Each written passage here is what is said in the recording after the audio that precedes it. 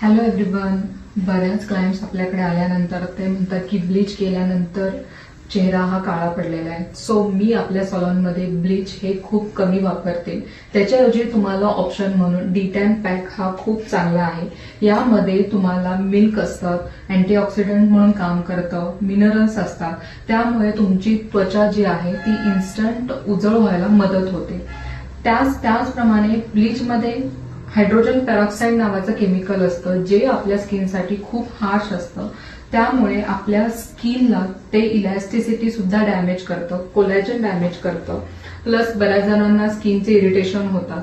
त्यामुळे मी तरी रेकमेंड नाही करत की ब्लीच वापरा म्हणून. मी जर काय वापरायचं झालं तर 6 महिन्यातून एकदा तुम्ही वापरू शकता ब्लीच, हे सजेस्ट करते. प्लस तुम्ही त्याच्यामध्ये हायड्रोजन पेरॉक्साईडचं प्रमाण खूप कमी प्रमाणात यूज करू शकता, जेणेकरून तुमची स्किन ही सेफ राहील.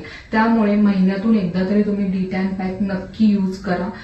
स्पेशली ज्यांची स्किन मॅच्युअर्ड आहे, एजिंग आहे, त्यांनी डी10 पॅक नक्की वापरायला चालू करा. आणि हो, उन्हाळ्यात डी10 फेशियल नक्की करा. थँक्यू.